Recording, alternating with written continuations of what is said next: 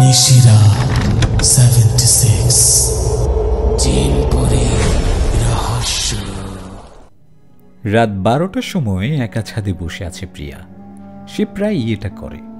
রাতের আকাশ তার খুব ভালো লাগে। মনে হয় তারাগুলো তার সাথে কথা বলছে। আর চাঁদ তো আছেই। খুব গভীরভাবে যখন খেয়াল করে তখন চাঁদের মধ্যে অদ্ভুত কালো দাগগুলো দেখা যায়। অনেক ভালো করে খেয়াল করে সে যখন একবার ভাবনার জগতে পা রাখে নিজের জগৎকে ভুলে যায়। তার মা তাকে অনেকবার বলেছে এত রাতে ছাদে যাওয়া ঠিক না, এমন সময় জিন বাইরে থাকে। মায়ের কথা হেসে উড়িয়ে দেয় সে। এমন না যে সে বিশ্বাস করে না জিন আছে। জিন বিশ্বাস না করার কোনো কারণ নেই, যেহেতু কুরআনে জিনের কথা আছে। কিন্তু রাতের বেলা ঘুরে বেড়ানোটা প্রিয়ার অদ্ভুত লাগে। প্রিয়া রাতে বসে আছে, এমন সময়ে বাতাসে প্রিয়ার চুল মুখের উপরে পড়েছে আর সে বিরক্ত হয়ে সেগুলো পিছনে নিয়ে যাচ্ছে। এমন সময় হঠাৎই খুব সুন্দর কণ্ঠে কেউ বলল, যখন চুলগুলো সরতে চাইছে না তাহলে কেন সরাতে চাইছেন? কথাটা শুনে প্রিয়া ভয় পেয়ে যায়। এত রাতে ছাদে সে ছাড়া তো আর কেউ নেই। এদিক সেদিক খুঁজতে থাকে। আবার আওয়াজ কিছু খুঁজছেন। সে এবার উঠেই পুরো ছাদটা দেখল, কোথাও কেউ নেই। সে বুঝতে পেরেছে এটা নিশ্চয়ই তার মায়ের কাজ। তাকে ভয় দেখানোর জন্য কাউকে দিয়ে এটা করাচ্ছে যেন সে আর ছাদে না আসে। কিন্তু ভয় পাওয়ার পাত্রী তো সে নয়, কিছু একটা সে করবেই। অমনি আবার আওয়াজ। কি ভাবছেন?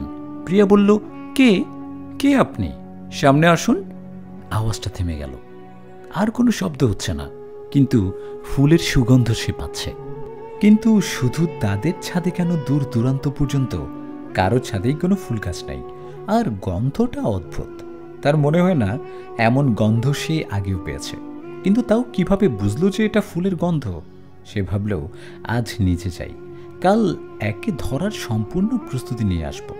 সে যেই নিচে নামতে যাবে অমনি দেখে নিচে কিছু একটা আছে। সে ভয় পেয়ে পড়ে যাবে এমন সময় পড়ে না। মনে হয় কেউ তাকে ধরলো, কিন্তু এখানে তো কেউ নেই। হঠাৎই দেখলো সেখানে একটা বালতি। নিজেকে নিজে গালি দিতে দিতে রুমের মধ্যে ঢুকলো। সে শুয়ে আছে। যদিও সে নিশ্চিত তার মা হয়তো এটা করেছে, কিন্তু তার মাথায় আসছে না যে পুরো ছাদ দেখার পরেও কিভাবে পেল না। আর সে যখন পড়ে যাচ্ছিল তখন তাকে কে ধরল? ভাবে কোনো কুল কিনারা পায় না। হঠাৎ সে মিষ্টি গন্ধটা আবার পায়। কিছু দেখতে পারে না, কিন্তু সেই মিষ্টি কণ্ঠটা বলে ওঠে, কি আমার কথায় ভাবছেন বুঝি? হঠাৎই উঠেই লাইট চালায় প্রিয়া, কিন্তু কোথাও কিছু নেই। সে ভাবল হয়তো অতিরিক্ত চিন্তার কারণে সে এসব শুনছে। গন্ধটা তখনও যায়নি। সে ঘুমিয়ে পড়ল। হঠাৎই অনুভব করল কেউ তার মাথায় হাত বুলিয়ে দিচ্ছে। সে হাতটা ধরে ফেলল, কিন্তু অদ্ভুত হাতটা অনেক ঠান্ডা। মনে হয় ফ্রিজ থেকে বের করা হয়েছে। তার থেকেও অদ্ভুত, হাতটা কেমন যেন হাওয়ায় মিশে যাচ্ছে। আস্তে আস্তে মিশে গেল হাতটা। কিছুই বুঝতে পারছে না প্রিয়া। লাইট অন করতেই দেখল কিছু নেই। হাতটা ধরার সময় মিষ্টি যে সুগন্ধটা পাচ্ছিল সেটাও এখন নেই। কিছু বুঝতে পারছে না। মায়ের নিয়ে আসা লোকটা কি জাদু জানে? এভাবে কিভাবে উধাও হয়ে গেল? নাকি আসলেই জিন? জিনে অবিশ্বাস না থাকায় এই কথাটা মাথা থেকে ঝেড়ে ফেলতে পারল না। সে ঘুমিয়ে পড়ল। সকালে উঠে আবার কলেজে যেতে হবে। ঘুমাতে ঘুমাতে তার পরিচয়টা দেওয়া যাক। ওর নাম প্রিয়া। এবার ইন্টার প্রথম বর্ষের ছাত্রী। তার একটা বড় ভাই ও একটা বড় বোন আছে। ওর সবার ছোট, যা চায় তাই পায়। বিশেষ করে ওর সব আবদার ওর ভাই আর ভাবির কাছে। আর বোনের বিয়ে হয়ে গেছে। পরিবারে মা বাবা ভাই ভাবি থাকে। 6 মাস আগে ভাইয়ের বিয়ে হয়েছে। ছোট হওয়ায় ওর থেকে বেশি সুবিধা আর কার? যখন যা চায় তাই পায়। সকালে ঘুম থেকে উঠে কলেজে যাওয়ার জন্য রেডি হচ্ছে। রাতের ঘটনার সব তো প্রায় ভুলেই গেছে। ওর আবার এত কিছু মনে রাখার অভ্যাস নেই। সে খেয়ে দিয়ে কলেজে চলে গেল। কলেজ থেকে আসার সময় হলো বিপদ। রাস্তা ক্রস করার সময় হঠাৎই একটা ট্রাক আসতে থাকে। কি করবে বুঝতে পারে না। হঠাৎই কেউ ওর হাত ধরে টান দেয় আর ও সরে আসে, কিন্তু রাস্তায় তখনও কেউ ছিল না। এটা মনের ভুল হতেই পারে না, কিছু একটা নিশ্চয়ই আছে। এসব ভাবতে ভাবতে সে বাসায় চলে আসে। বাসায় এসে গোসল করে খাওয়া দাওয়া করে নেয়। দুপুরে ভাবতে থাকে 2 দিন ধরে তার সাথে কি হচ্ছে। তার মা জিজ্ঞেস করে কি হয়েছে। সে উত্তরে বলে, কিছু হয়নি, পড়ার চাপটা বেশি। প্রতিদিনের মতো আজ রাতেও ছাদে যায়। আর এর রহস্য বের করেই ছাড়বে। দোলনায় বসে বসে হিন্দি গান শুনছে। হঠাৎই সে মিষ্টি গন্ধটা আবার পায়। সে বলে, হিন্দি গান কেন শুনছেন? বাংলায় কি খারাপ আছে? এবার প্রিয়া রেগে গিয়ে বলল, কে আপনি? সামনে আসুন। এতই যদি কথা বলার ইচ্ছা থাকে তাহলে সামনে এসে কথা বলুন। আর আমি কি গান শুনবো না শুনবো সেটা আমার ব্যাপার। হঠাৎই আবার আওয়াজ এলো, আরে রেগে যাচ্ছেন কেন? ভাষা শহীদের রক্তের বিনিময়ে আমরা বাংলা ভাষা পেয়েছি, তাই বাঙালি হিসেবে বাংলা গান শোনা উচিত আমাদের। প্রিয়া বলল, এই কে বলুন তো আপনি? তখন থেকে জ্ঞান দিয়ে যাচ্ছেন। সে বলল, আমি কে সেটা আপনার জানতে হবে না, সময় হলে এমনি জানতে পারবেন। এই কথায় প্রিয়ার খুব রাগ হয়। প্রিয়া বলল, দেখুন সামনে এসে কথা বলুন। কিছু না শুনে সে আবার পুরো ছাদ খুঁজে দেখল। সেই কণ্ঠটা আবার বলল, এত অধৈর্য কেন আপনি? বললাম তো সময় হলে জানতে পারবেন। প্রিয়া ভাবল, সে যখন আসে তখন একটা গন্ধ পাওয়া যায়, সেটা খুঁজে বের করতে হবে কোথা থেকে আসছে। কিন্তু অদ্ভুত, সব জায়গায় সমান গন্ধ, কিন্তু এটা কিভাবে সম্ভব? তখনই সেই কণ্ঠটা বলল, এত রাতে আপনি এখানে কি করেন? জানেন না এই সময় জিনেরা বাইরে থাকে? প্রিয়া বলল, এতক্ষণ আবার সন্দেহ ছিল যে আপনাকে মা পাঠিয়েছে কি না। এখন আমি শিওর আপনাকে মা পাঠিয়েছে। কী সব আবল তাবল বলছেন? আপনার মা এসব বিষয়ে কিছুই জানে না। প্রিয়া বলল, হয়েছে, আপনাকে আর মায়ের সাপোর্ট টানতে হবে না, খুব ভালোভাবে বোঝা হয়ে গেছে। এই কে বলুন তো আপনি? সামনে আসুন। সে বলল, আমি তো আপনার সামনে আছি, শুধু আপনি দেখতে পাচ্ছেন না। প্রিয়া খুব রেগে গেল, বলল, সামনে থাকলে দেখব না কেন? অমনি একটা বল হাওয়ায় উঠতে লাগলো। প্রিয়ার অবাক হয়ে গেছে।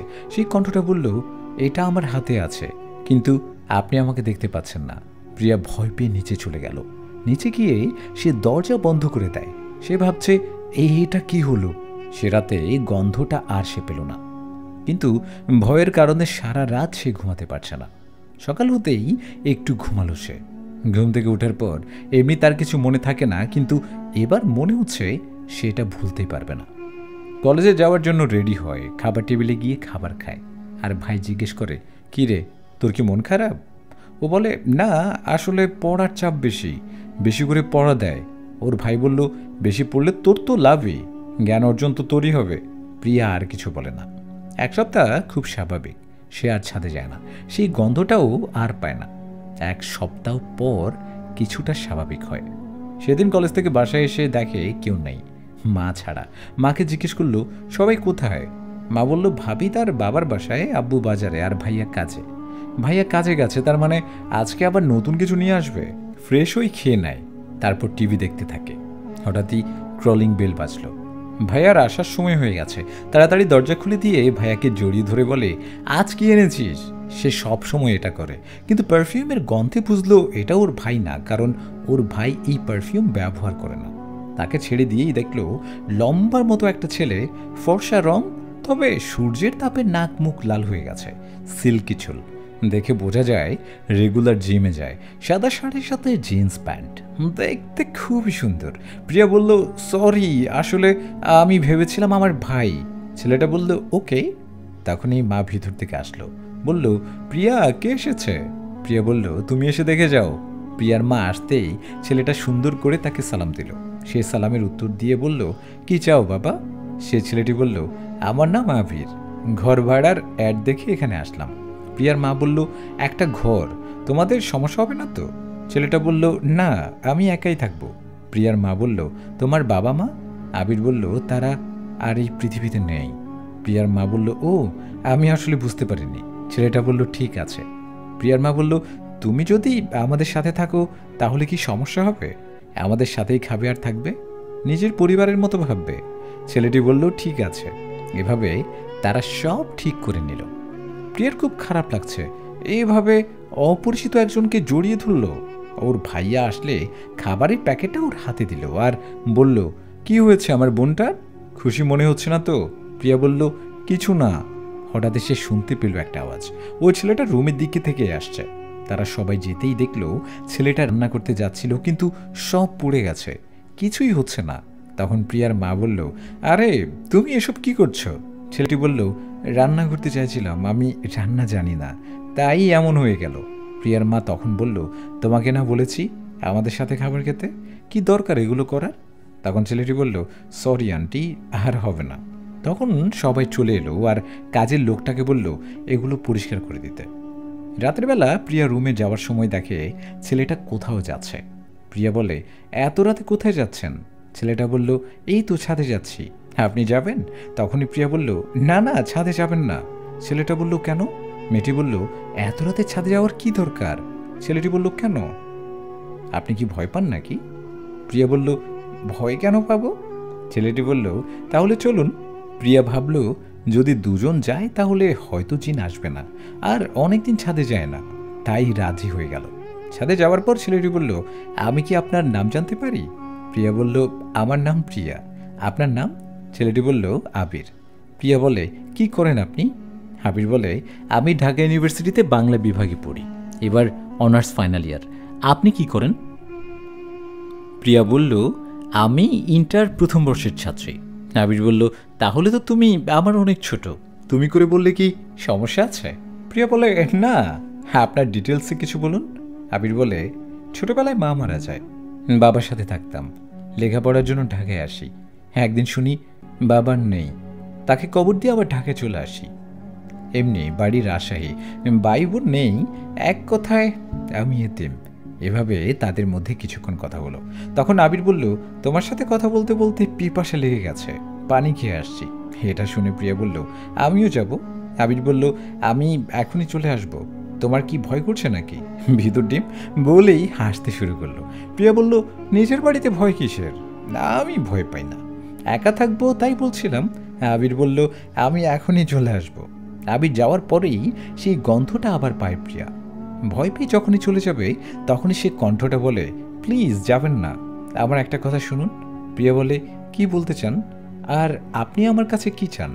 তখন সেই কণ্ঠটা বলল, দেখুন, আমি আপনার ক্ষতি চাই না, আমি তো শুধু বন্ধুত্ব চাই।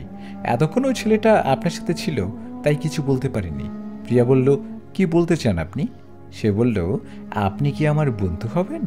মেয়েটি বলল, আপনাকে চিনি না, জানি না, বন্ধু কেন হব? আগে আপনার পরিচয় দিন। যদি মনে হয় আপনি আমার জন্য ক্ষতিকর না, তবে আপনাকে আমার বন্ধু বানাতে আমার কোনো সমস্যা নেই। সে বলল, সময় এলে সব জানতে পারবেন। প্রিয়া বলল, তাহলে সেই সময় আমার সাথে বন্ধুত্ব করতে আসবেন।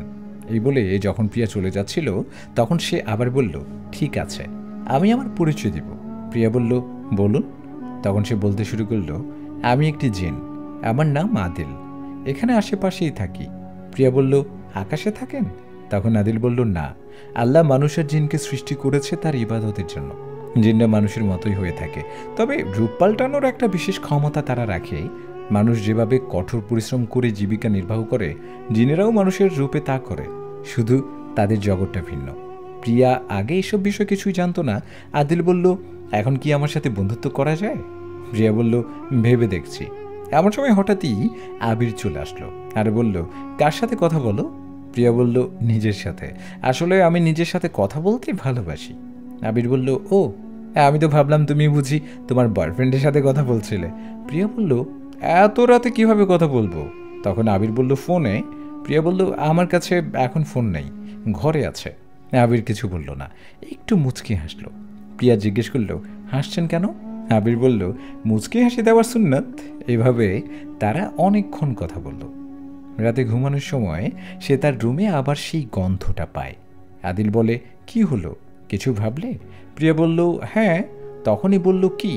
প্রিয়া বলল, আমি তো আমার বন্ধু হতে পারি, তবে এক শর্তে। আদিল বলল, কি সেই শর্ত? প্রিয়া বলল, আমাকে কোনো কিছুতে জোরাজুরি দেওয়া যাবে না, যেমন আজকে ছাদে যাও বা ছাদ থেকে নেমে যাও বা অন্যান্য যে কোনো বিষয়ে। আদিল বলল, ঠিক আছে। এভাবে চলতে থাকে তাদের বন্ধুত্ব। 3 মাস পার হয়ে যায়। এভাবে আবিরের সাথেও এর মধ্যে অনেক ক্লোজ হয়ে গেছে। তারা বিভিন্ন জায়গায় একসাথে ঘুরতে যায়, রাতে ছাদে বসে গল্প করে। সেটা আদিলের একদম পছন্দ না। সে বলে, কি দরকার রাতে ওকে ছাদে আনার?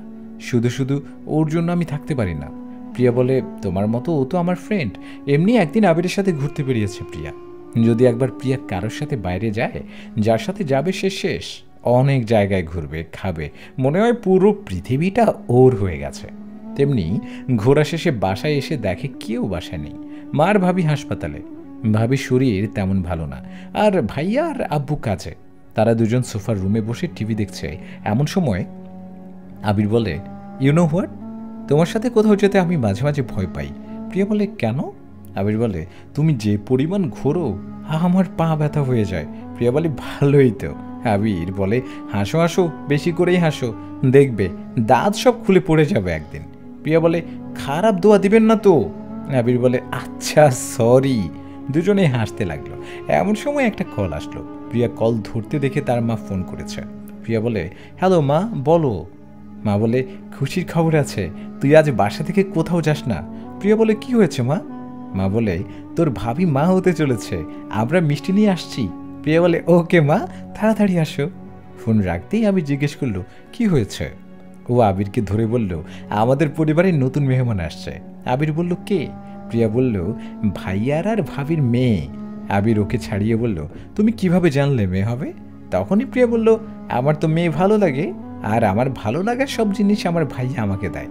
তাছাড়া যে পরিবারের প্রথম সন্তান মেয়ে, সে পরিবারে আল্লাহর বরকত থাকে।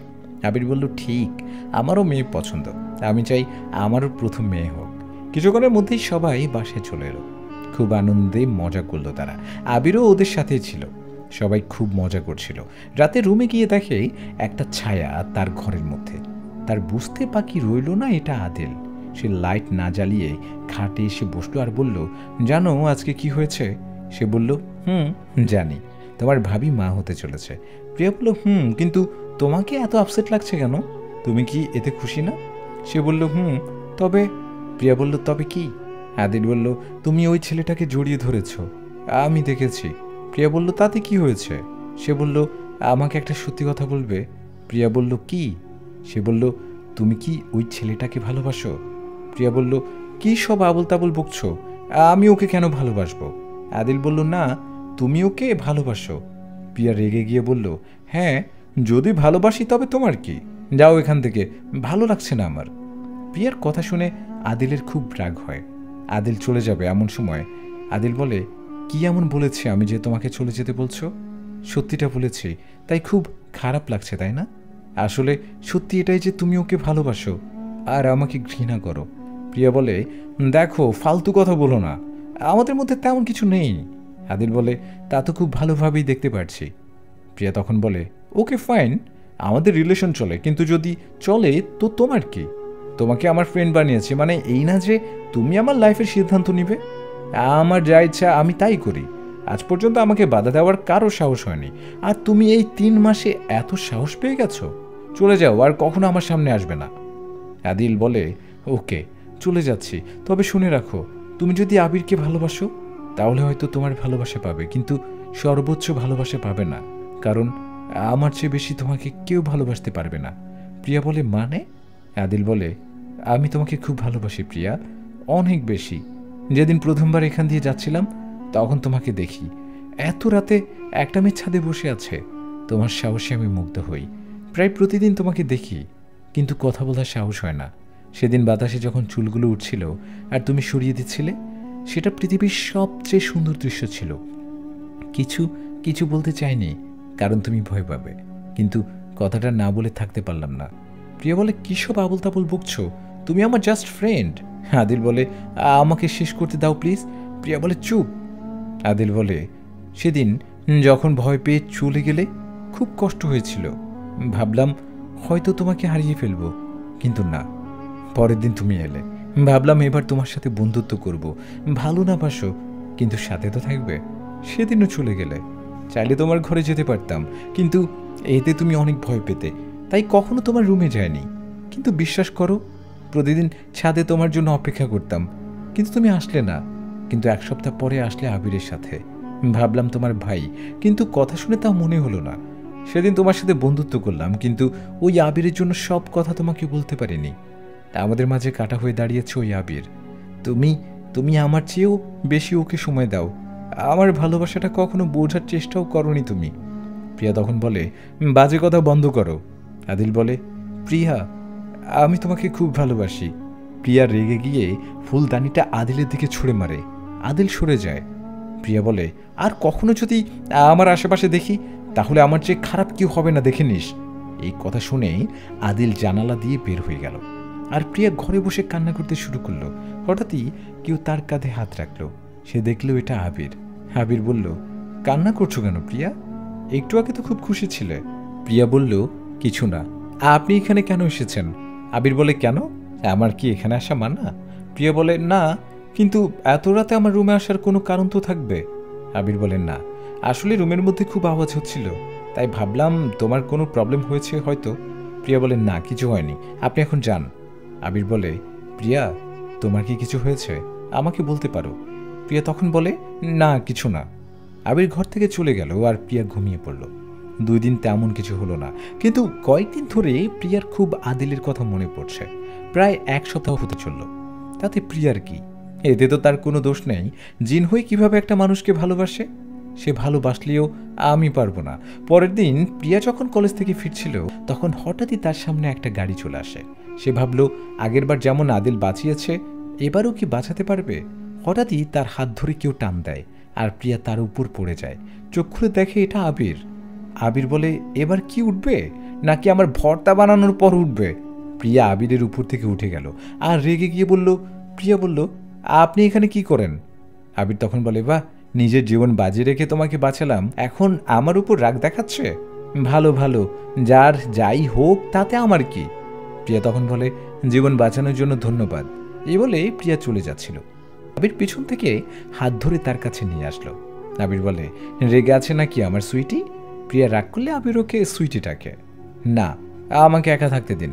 আবির তখন বলে, 1 সপ্তাহ ধরে তুমি আমাকে অ্যাভয়েড করছো। আদিল ওই কথাগুলো বলার পর থেকেই প্রিয়া ওকে অ্যাভয়েড করছে, কিছুতেই ওর সাথে ফ্রি হচ্ছে না। প্রিয়া তখন বলে, আমি বাসায় যাব, আপনি গেলে চলুন। ওকে। ওরা বাসায় যায়। বাসায় যাওয়ার পর প্রিয়ার মা বলে, প্রিয়া, আজ তোর খালার বাসায় যাবি? অনেকদিন ধরেই যেতে বলছে। প্রিয়া বলে, এত দূর একা যাব? প্রিয়ার মা বলে, জানা মা, এমন করিস না, তোর ভাইয়া টিকিট কেটে রেখেছে। প্রিয়া বলে, ওকে। আবির তখন বলে, আন্টি, যদি কিছু মনে না করেন একটা কথা বলি। প্রিয়ার মা তখন বলে, কি আবার মনে করব বলো? আবির বলে, আমার এক মামা আছে, উনি অনেকদিন ধরেই যেতে বলছে, ইউনিভার্সিটি বন্ধ, তাই ভাবছিলাম কাল ঘুরে আসি।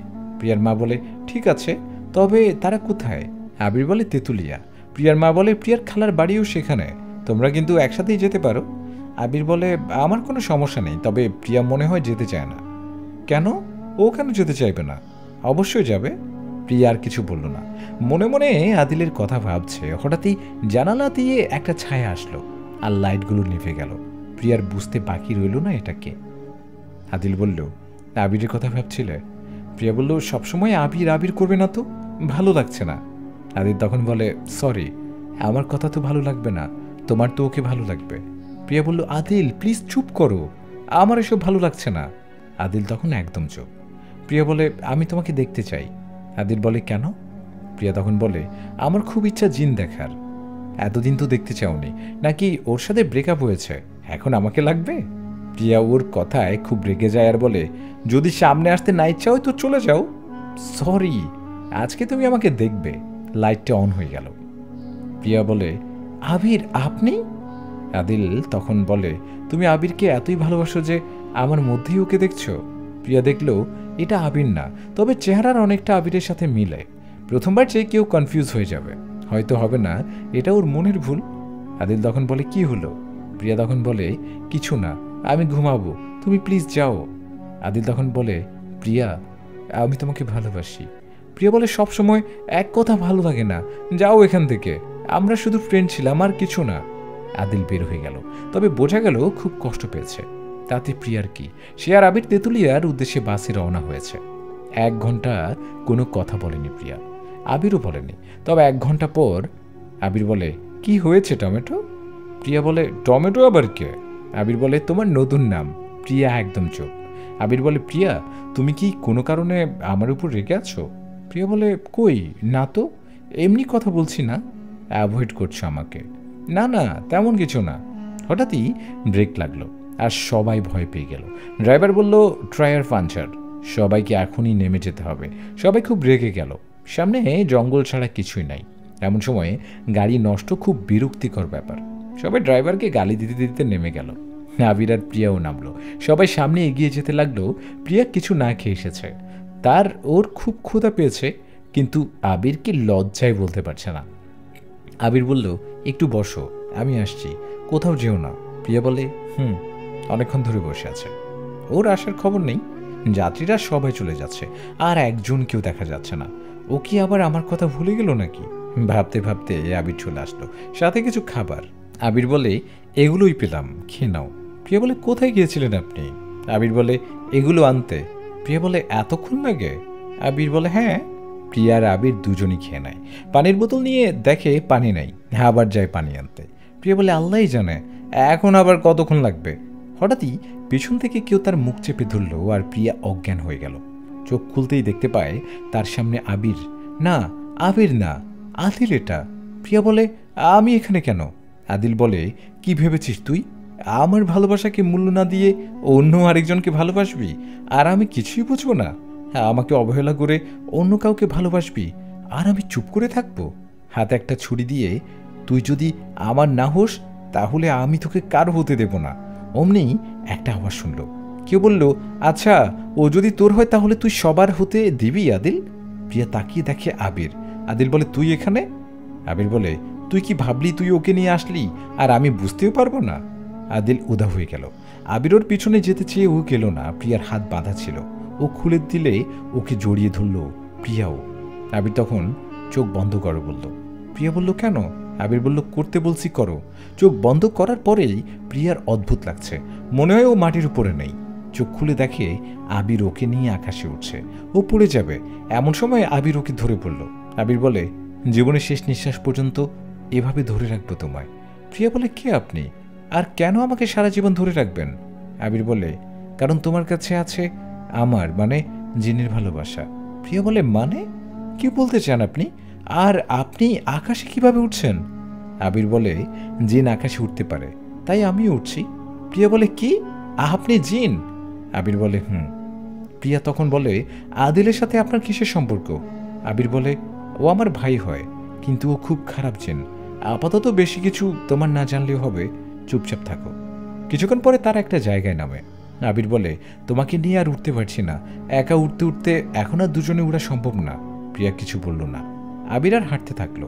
প্রিয়ার খুব মন খারাপ আদিলের জন্য, ও এমনটা কিভাবে করতে পারলো? আবির বলে মন খারাপ নাকি টমেটো? প্রিয়া বলে আবির তখন জিজ্ঞেস করে কেন? প্রিয়া বলে যাকে নিজের ফ্রেন্ড মনে করলাম সে শত্রু, আর এখন একটা জিনের সাথে যাচ্ছি। আবির বলে কেন, এতে কি খুব বেশি সমস্যা? প্রিয়া বলে জানি না। কিছুক্ষণ চুপচাপ। অনেকটা চলে এসেছে তারা। হেঁটে হেঁটে আর কত দূর যাবে? প্রিয়া বলে আর হাঁটতে পারছি না।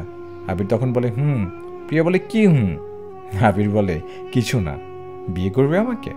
প্রিয়া বলে বিপদে পড়ে আপনার সাথে আছি বলে কি যা খুশি তাই বলবেন? দরকার পড়লে আদিলকে বিয়ে করব, তাও আপনাকে না। সে তো আমাকে ভালোবাসিয়ে নিয়ে গিয়েছিল। আবির বলে টমেটো তুমি এমন কেন? ওরে ফিল করাতে যে আমাকে ভালোবাসো, আর আমাকে ফিল করাচ্ছ আমার ভাইকে ভালোবাসো। প্রিয়া বলে বাজে কথা বলবেন না, আমি আপনাদের কাউকে ভালোবাসি না, এখন আর হাঁটতে পারছি না, একটা ব্যবস্থা করুন। আবির বলে চোখ বন্ধ করো। প্রিয়া বলে আবার উঠবেন? আবির বলে প্রিয়া এবার কিন্তু অনেক উপর দিয়ে নিয়ে যাবেন, আমি যেন চাঁদকে ছুঁতে পারি। আবির বলে তুমি না ইন্টারের ছাত্রী, তোমার তো জানা উচিত চাঁদ পৃথিবী থেকে কত দূরে। প্রিয়া বলে 3,84,400 কিলোমিটার। আমি শিওর না, যতদূর মনে পড়লো লিখলাম। আবির বলল তাহলে চাঁদের কাছে কিভাবে যেতে চাও? প্রিয়া বলে না মানে আপনি তো জিন। আবির বলে জিন আমি, কোনো জাদুকর নই। এই বলে উঠতে শুরু করলো। প্রিয়া বুঝলো অনেক উপরে আছে তারা, খুব মজা লাগছে, মনে হয় সে স্বপ্ন দেখছে। প্রিয়া বলে আমার না আপনাকে দেখার পর থেকে জিন সম্পর্কে জানার খুব ইচ্ছা, আমাকে বলবেন? আবির বলে জিন আর মানুষ দুটির মধ্যে শ্রেষ্ঠ হলো মানুষ। আল্লাহ সৃষ্টির শ্রেষ্ঠ জীব মানুষ, এই মানুষের মতোই থাকতে হয় জিনদের। প্রিয়া বলে কিন্তু সবাই যে বলে জিনের অনেক শক্তি, যা খুশি তাই করতে পারে। আবির বলে তেমন কিছু না, বিশেষ শক্তি বলতে তারা রূপ পরিবর্তন করতে পারে, কালো বিড়াল, কালো কুকুর, এমনকি মানুষের রূপে আসতে পারে। তারা মানুষের উপর আসর করতে পারে, মানুষের রূপে তাদের সব কাজ করে জীবিকা নির্বাহ করতে হয়। সবশেষে তারা নিজেদের মানুষ বলে পরিচয়ও দিতে পারে না। প্রিয়া বলে আচ্ছা আমি শুনেছি ইবলিস শয়তান নাকি জিন, এই ঘটনাটা বলতে পারবেন? আবির তখন বলে মানুষ সৃষ্টির হাজার হাজার বছর আগে আল্লাহ জিন সৃষ্টি করে, তখন সবাই আল্লাহর ইবাদত করে, কিন্তু ধীরে ধীরে অনেকেই আল্লাহর পথ থেকে সরে যায়। আল্লাহ ওদের সঠিক পথ দেখানোর জন্য একজনকে পাঠায়, আল্লাহর দাওয়াত দিলে তারা তা অস্বীকার করে এবং তাকে হত্যা করে। আল্লাহ আরও কয়েকবার পাঠায়, তারা সবাইকে হত্যা করে। আল্লাহ ফেরেশতাদের হুকুম দেয় ভালো জিন বাদে সবাইকে মেরে ফেলতে। ফেরেশতারা সবাইকে মেরে ফেলে, আর ভালো জিন আল্লাহর দয়ায় বেঁচে যায়। আবার জিনের বিস্তার ঘটলে আবারও একই ঘটনা ঘটে। আল্লাহ এবারও সবাইকে মারার হুকুম দিলেন, যারা ভালো তারা বেঁচে গেল। এভাবে পরপর কয়েকবার এমন হলো। তারপর আল্লাহ জিনদের মধ্যে বাদশা নিযুক্ত করলেন। সে ভালোভাবে অনেক বছর শাসন করে। তারপর সেও খারাপ জিনের সাথে মিশে যায়। আল্লাহ জিব্রাইল আলাইহিসসালামকে তার কাছে পাঠালেন। প্রিয়া বলে, তারপর? আবির তখন বলল, তারপর সে আবার আল্লাহর পথে ফিরে আসে। কিন্তু কথা আছে না, সঙ্গ দোষে লোহা বাসে, আবার আগের মতো হয়ে যায়। আল্লাহ আবারও সবাইকে মারার হুকুম দিল। এমন পরপর কয়েকবার হলো। আল্লাহ রেগে গিয়ে সবাইকে মারার হুকুম দিলেন। এবার ফেরেশতারা সবাইকে মেরে ফেললো, কিন্তু এই ছোট জিন বালক তাদের নজর কাড়ে। তার বয়স ছিল মাত্র 1000 বছর। তারা আল্লাহকে বলে, আল্লাহ, আমরা একে আমাদের সাথে আসমানে আনতে চাই, একে আমরা আমাদের মতোই বড় করব। আল্লাহ তাদের দোয়া কবুল করলেন। সে সবসময় আল্লাহর ইবাদত করত। কিন্তু আল্লাহ যখন আদমকে সিজদা দিতে বলল, তখন সে অস্বীকার করল এবং সে হলো ইবলিস শয়তান। এইসবই সত্য ঘটনা, আমি ছোট করে দিলাম। কথা বলতে বলতে তারা প্রিয়ার খালার বাড়ির সামনে পৌঁছায়। আবির বলে, যাও। প্রিয়া বলে, আপনি কোথায় যাবেন? আবির বলে, মামার বাড়ি এখানেই। প্রিয়া বলে, ও, আমি ভেবেছিলাম আমাকে সাথে নিয়ে আসতে চাইছিলেন, তাই মামার বাড়ির কথা বললেন। আবির কিছু বলল না, মৃদু হেসে উধাও হয়ে গেল।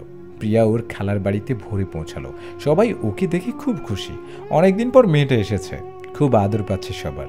আর ভাই বোনগুলো সব তো ওকে ধরে যে রেখেছে, ছাড়ার নাম নেই। সে সেখানে সে 3 দিন থাকলো। খুব আনন্দে কাটলো 3 দিন। ওইদিকে আবির বা আদিল কারোর কথাই মনে নাই। হঠাৎই রাত্রি ঘুমানোর সময় প্রিয়ার খুবই আনইজি লাগছে। ছাদে যাওয়ার কথা ভাবতেই আবার আদিলের কথা মনে পড়ে গেল। তাই আর ছাদে গেল না। বেলকনিতে বসে বসে কফি খাচ্ছে। একটা পচা গন্ধ তার নাকে আসতে লাগলো। সে যেই উঠে চলে যাবে, তখনই পিছন থেকে কেউ ওর গলা চেপে ধরল। ছাড়ানোর চেষ্টা করেও ব্যর্থ হচ্ছে। কোথাও থেকে আবির এসে তাকে ছাড়ানোর চেষ্টা করে, আর শেষ পর্যন্ত তাকে ছাড়াতে সক্ষম হয়। আবির বলে, টমেটো, তুমি ঠিক আছো তো? প্রিয়া বলে, হুম। আপনি এখানে?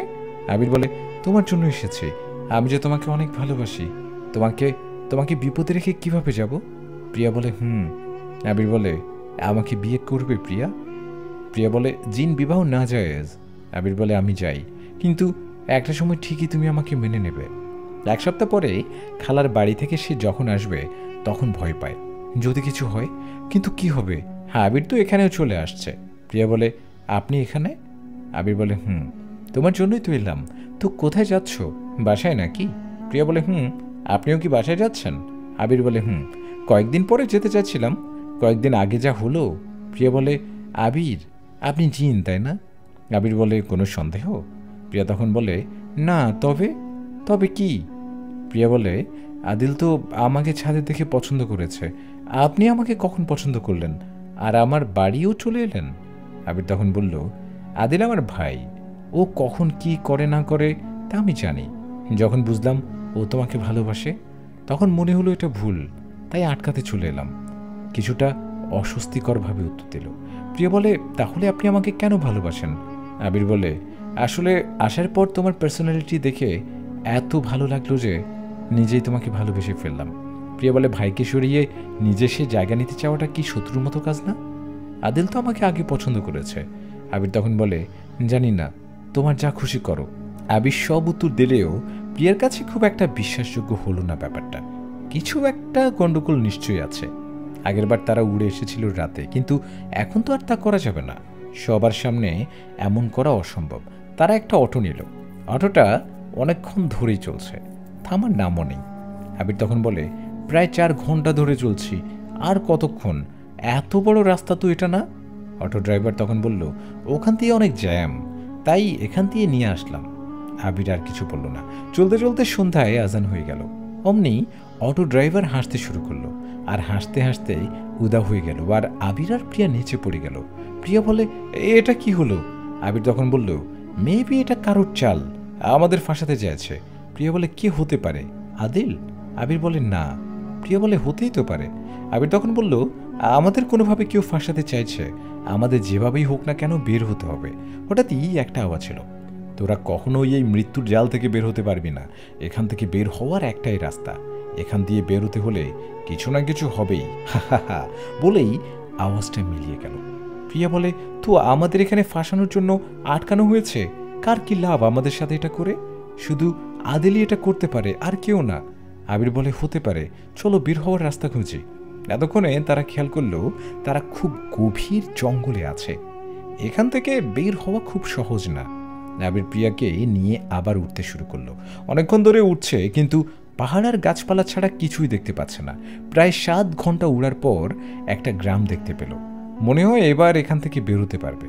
আবির তখন বলল, সকাল হতে আর 1 ঘন্টার মতো বাকি, চলো এখানে বসি, এখন মনে হয় আমরা বেরোতে পারবো। প্রিয়া বলে, কিন্তু ও যে বলল আমরা এখান থেকে বের হতে পারবো না। আবির তখন বলল, মনে হয় আমাদের ভয় দেখানোর জন্য বলেছে। প্রিয়া বলে, মেবি। বসে থাকতে থাকতে তারা ঘুমিয়ে পড়ে। হঠাৎই কিছু শব্দে তাদের ঘুম ভাঙে। তারা দেখতে পায় তাদের সামনে একটা ছায়া। ছায়াটা মানুষ রূপে আসল। লোকটা বলল, এ কি? কারা তোমরা? আমার দোকানে কি করো? প্রিয়া বলে, আবির, এটা কি? এই লোকটা ছায়ার থেকে মানুষ কিভাবে হলো? আবির বলল, ইনি এক জিন। মনে হয় আমরা জিন রাজ্যের কোথাও আছি। লোকটা বলল, কি হলো বলো? জিন রাজ্যে মানুষ হয়ে কিভাবে এলে? এখানে তো কোনো মানুষ আসতে পারে না, শুধু জিন আসতে পারে। আবির বলল, আমি উড়ে এসেছি বলে এই জায়গায় পেয়েছি, তাই ও বলেছিল যে এখান থেকে বের হওয়া সহজ না। আস্তে আস্তে প্রিয়াকে বলল, আসলে মানুষ না, আমরা জিন। লোকটা বলল, কি প্রমাণ যে তোমরা জিন? আবির বলল, কি প্রমাণ চান? লোকটা বলল, তোমাদের পরীক্ষা দিতে হবে। প্রিয়া বলল, আবির, আমি কি করব? আমি তো জিন না। আস্তে আস্তে বলল সে। আবির বলল, আমি পরীক্ষা দিতে প্রস্তুত, তবে ওর শরীর ভালো না, ও পরীক্ষা দিতে পারবে না। লোকটা বলল, তাহলে আমরা কিভাবে বুঝবো যে ও জিন কন্যা? আবির বলল, জিন হয়ে তো জিন কন্যা কি বিয়ে করব? ও আমার স্ত্রী। লোকটা বলল, এই বিষয়ে পরে কথা বলি, আগে প্রমাণ দাও যে তুমি জিন। আবির বলে, ঠিক আছে। মুহূর্তের মধ্যে সব জিন চলে এলো। তারপর তারা কিছু করতে শুরু করলো। হঠাৎই একটা অন্য পরিবেশ সৃষ্টি হলো, আগুনের পরিবেশ। প্রিয়াকে বসিয়ে আবিরকে নিয়ে গেল। লোকগুলো তখন বলল, জিন আগুনের তৈরি, তুমি যদি আসলেই জিন হও তবে এই আগুনের পুকুরে সাঁতার কেটে দেখাও। আবিরও সবার মতো ছায়া হয়ে আগুনে ঝাঁপ দিল। কিছুক্ষণ পর অন্য পাশ দিয়ে উঠল। এখন সবার বিশ্বাস হয়েছে যে আবির জিন। লোকগুলো বলল, তুমি যে জিন তা মানলাম, কিন্তু মেয়েটাকে কিছুতেই মানতে পারছি না। আবির বলল, ও আমার স্ত্রী। লোকজন বলল, আমরা তো আর জানি না যে সে তোমার স্ত্রী, আসলেই তোমরা স্বামী স্ত্রী কি না? আবির তখন বলল, আমরা সত্যি স্বামী স্ত্রী। লোকজন তখন বলল, আচ্ছা, তোমরা যদি স্বামী স্ত্রী হও তাহলে আবার বিয়ে করতে তো কোনো সমস্যা নেই। আবির বলল, না নেই, এখন আমাদের যেতে দিন। লোকজন বলল, সমস্যা নেই তো, আমাদের সামনে বিয়ে করো। কথাটা শুনে আবির আর প্রিয়া দুজনেই খুব অবাক হয়। প্রিয়া কোনোভাবে এটা মানতে রাজি হবে না। প্রিয়ার কাছে গিয়ে আবির বলে, এখন কি করবে? প্রিয়া বলে, জানি না, তবে এই বিয়ে আমি করতে পারবো না। আবির বলে, আমাদের কাছে এখন আর কোনো রাস্তা নেই, এখান থেকে বের হতে হলে আর এদের থেকে বাঁচতে হলে বিয়েটা করতেই হবে। প্রিয়া বলে, মরে গেলেও না। আবির বলে, জেদ করো না প্রিয়া, খুব তাড়াতাড়ি ডিভোর্স দিয়ে দেবো তোমাকে এখান থেকে বের হওয়ার পরেই। প্রিয়া বলে, কিন্তু? আবির তখন বলে, কিন্তু কিছু না, বললাম তো ডিভোর্স দিয়ে দেব। প্রিয়া বলে, বিয়ের 6 মাসের আগে ডিভোর্স হয় না। আবির বলে, তোমার থেকে স্বামীর কোনো অধিকার চাইবো না আমি। প্রিয়া বলে, ওকে, কিন্তু 6 মাস পর ডিভোর্স দিতেই হবে। আবির বলে, ওকে। লোকজন বলে, কি হলো, কি এত কথা বলছো? আবির বলে, কিছু না, আসলে আমাদের 2বার বিয়ে হবে, তাই আমরা খুব খুশি। এক প্রকার জোর করেই আবির আর প্রিয়ার বিয়ে হয়।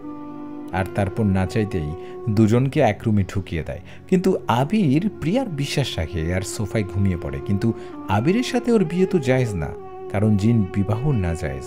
সকালে ঘুম থেকে ওঠার পর প্রিয়া দেখে আবির তাকে জড়িয়ে ধরে ঘুমিয়ে রয়েছে। প্রিয়া খুব রেগে যায় এতে। প্রিয়া বলে, কি হচ্ছেটা কি এখানে? কাল রাতে তো খুব ভালো মানুষই দেখালেন, এত তাড়াতাড়ি সব শেষ? আবির বলে, টমেটো, আমার কথাটা শোনো। প্রিয়া বলে, কি শুনবো? আবার কি নতুন কাহিনী বানাবেন? আবির বলে, আমার কথাটা শোনো, আজ সকালে কয়েকজন লোক আমাদের উপর পাহারা দিতে আসে, আমি সেটা বুঝতে পারি আর তাই এসেছি, এবং আমাদের এভাবে দেখি তারা চলে গেছে। প্রিয়া বলে, দরজা বন্ধ ছিল, এসব অভিনয় আমার সামনে করতে আসবেন না। আবির বলে, প্রিয়া, আমরা জিন, আমরা অনেক কিছু করতে পারি যা মানুষ পারে না। প্রিয়া আর কিছু বলল না, কিন্তু খুব রেগে আছে। তারা বাইরে আসলো। সবাই এবার খুব খুশি। লোকজন বলল, আমরা ভেবেছিলাম তোমরা মিথ্যে বলেছিলে, তাই এটা করলাম, আমরা বুঝতে পারিনি যে তোমরা জিন, আমাদের মাফ করে দিও। আবির তখন বলল, মাপ চাওয়া কি আছে, আপনারা কোনো ভুল করেননি, প্রিয়া বলে, আপনার কাছে তো ভুল মনে হবেই না, যা চেয়েছিলেন তা তো পেয়ে গেছেন, কিন্তু কখনো ভালোবাসতে পারবো না আপনাকে। মনে মনে রেগে গিয়ে কথাগুলো বলতে লাগলো। আবির বলল, কি ভাবছো? প্রিয়া বলে, কিছু না, এখন আমাদের বাসায় যেতে হবে।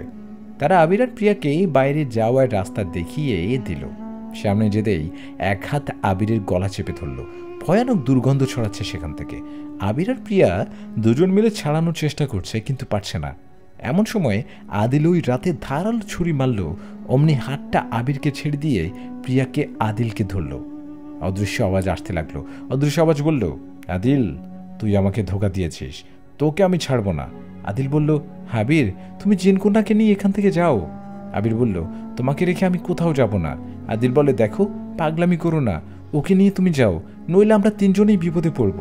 আবির বলে, ওকে রেখে কিছুতেই যাব না, ওর জীবন রক্ষা করতে যদি নিজেকে মরতে হয় তাও করবে। আল্লাহর নাম নিয়ে হাতে আঘাত করলো। অমনি হাতটা অদৃশ্য হয়ে গেল। আবির প্রিয়াকে কোলে তুলে নিল। আবির, আদিল আর প্রিয়া উঠতে শুরু করলো। প্রিয়া বলল, এসব কি হচ্ছে? আবির বলল, পরে সব জানতে পারবে, এখন চলো। কিছুক্ষণ পরেই তারা একটা জায়গায় নামে। প্রিয়ার কাছে সবকিছু কেমন ঘোলাটে লাগছে, কোনো কিছুর মানে বুঝতে পারছে না সে। আদিল বলে, এটা সেফ জায়গা, আপাতত এখানে বিশ্রাম নিয়ে নিন জিনকন্যা। প্রিয়া বলে, কে জিনকন্যা? এসবের মানে কি আদিল? আমি কিছুই বুঝতে পারছি না। আবির বলল, ও আদিল নয়, ও অনন্ত। অমনি আদিলের রূপ থেকে অন্য একটা ছেলেতে পরিণত হলো আদিল আর অনন্ত। প্রিয়া বলল, এসবের মানে কি? কি হচ্ছে এসব আমাদের সাথে? আবির বলল, প্রিয়া, আদিল আর আবির দুজন কোনো আলাদা ব্যক্তি নয়, তারা এক। আমি আদিল, আবার আমি আবির। প্রিয়া বলে, মানে? আবির বলে, একটা কাজের জন্য তোমাকে মিথ্যা বলতে হয়েছে। প্রিয়া বলে, কি কাজ? আর সেদিন যে তোমাদের দুজনকে আলাদা দেখলাম, তোমরা এক কীভাবে হও?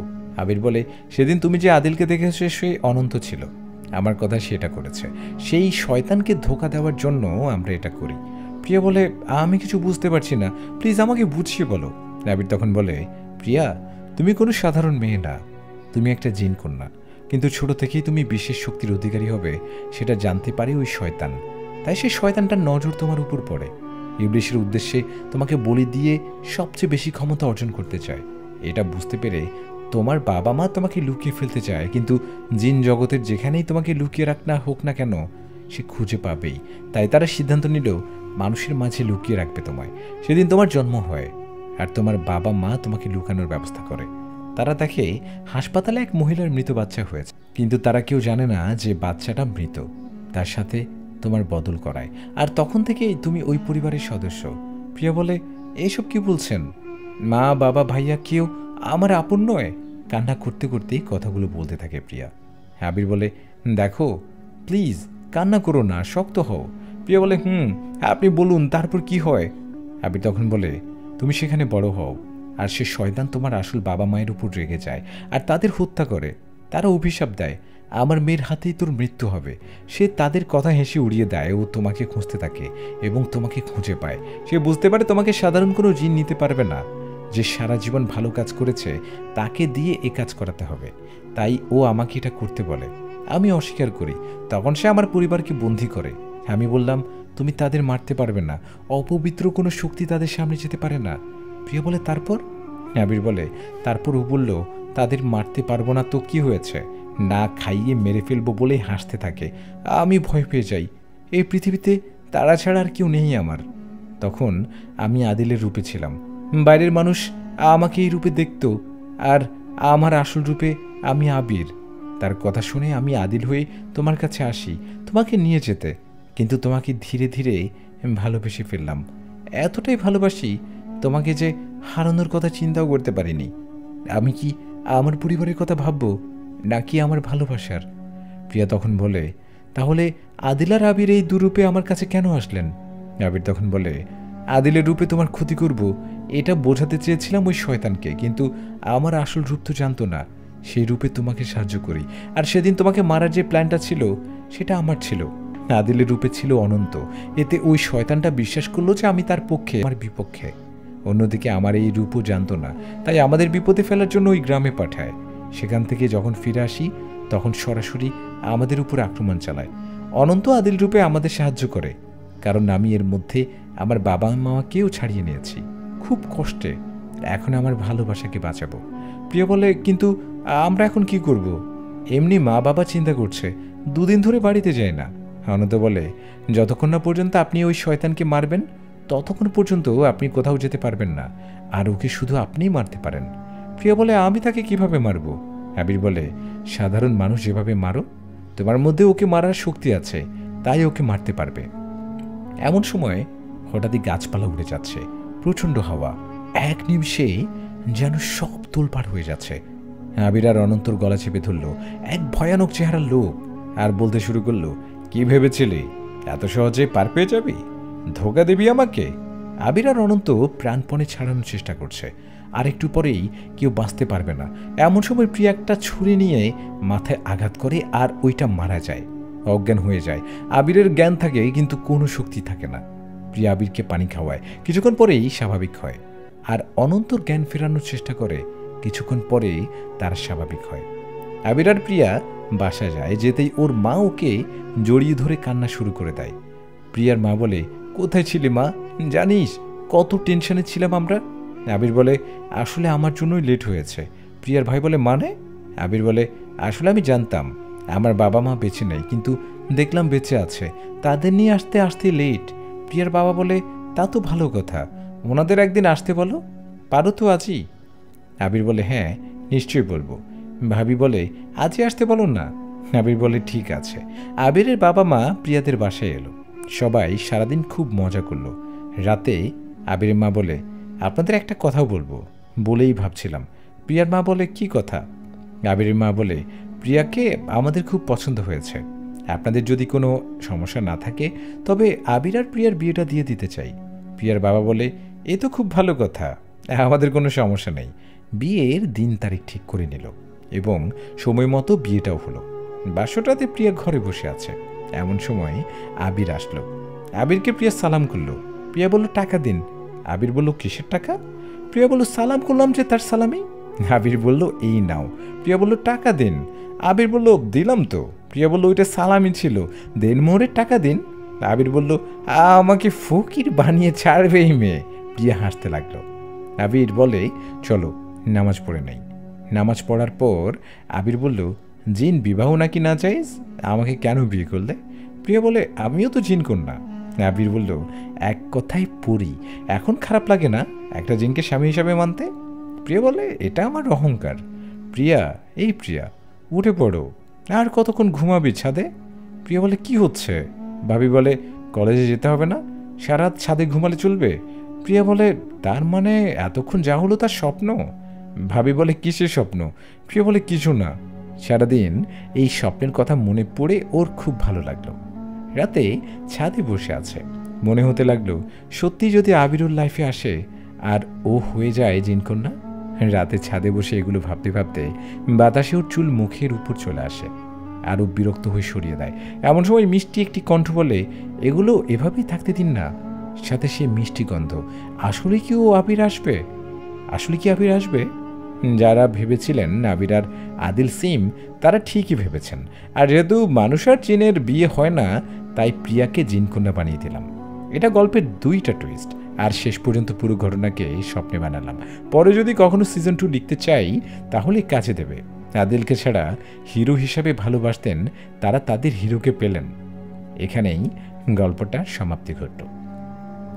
প্রিয় লিসেনার, আজকের জেনের গল্পটা আপনাদের কেমন লেগেছে সেটা কমেন্ট করে জানিয়ে দেবেন। আপনারা এই ধরনের গল্প শুনতে নিশিরাত 76 চ্যানেলটা সাবস্ক্রাইব করে রাখুন। আপনাদের যদি কোনো ভৌতিক গল্প বা ঘটনা থাকে তাহলে সেটা ইমেল করে অথবা হোয়াটসঅ্যাপ নাম্বারে পাঠাতে পারেন। আমাদের হোয়াটসঅ্যাপ নাম্বার ডিসক্রিপশন বক্সে দেওয়া আছে। আপনারা কি কোথা থেকে শুনছেন আপনারা আপনাদের নাম এবং আপনাদের অবস্থান লিখে জানাবেন। আমরা পরবর্তী গল্পে, পরবর্তী আয়োজনে আপনাদের নাম উল্লেখ করে যাব। ধন্যবাদ। সব সময়ের জন্য ভালোবাসা আপনাদের সাথেই থাকবে আমাদের পক্ষ থেকে। আর আপনারা যেভাবে ভালোবাসা দিচ্ছেন আমাদের সাথে থেকে, আমাদের গল্পগুলো শুনছেন, দেখছেন, আপনাদের প্রতি অফুরন্ত ভালোবাসা জানিয়ে শেষ করছি আজকের আয়োজন। ভালো থাকবেন সবাই, আশেপাশের মানুষকে ভালো রাখবেন। আসসালামু আলাইকুম।